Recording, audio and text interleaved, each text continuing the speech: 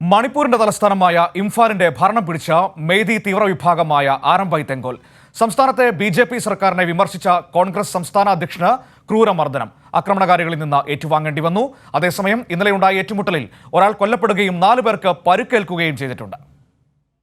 ഇന്ത്യയുടെ ചരിത്രത്തിൽ ആദ്യമായാണ് ഒരു വിഘടനവാദ സംഘടന സംസ്ഥാന തലസ്ഥാനം പിടിച്ചെടുക്കുന്നത്. മണിപ്പൂരിന്റെ ഇംഫാൽ താഴ്വരയുടെ നിയന്ത്രണം മെയ്തി തീവ്ര സംഘടനയായ ആരംഭോയ് തോങ്ങലിന്റെ കൈകളിലേക്ക് എത്തി എന്ന വാർത്തകളാണ് ഏറ്റവും ഒടുവിൽ പുറത്തുവരുന്നത്. തുറന്ന വാഹനങ്ങളിൽ ആയുധങ്ങളുമായി പരേഡ് നടത്തുന്ന തീവ്രവിഭാഗങ്ങളുടെ വീഡിയോകൾ ഇന്നലെ പ്രചരിപ്പിച്ചിരുന്നു.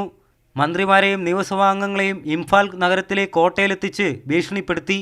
മണിപ്പൂരിലെ ഇപ്പോഴത്തെ പ്രശ്നങ്ങൾക്ക് കാരണം ബി.ജെ.പി. ആണെന്ന് പറഞ്ഞ കോൺഗ്രസ് സംസ്ഥാന അധ്യക്ഷന് ക്രൂരമർദ്ദനം ഏറ്റുവാങ്ങേണ്ടി വന്നു.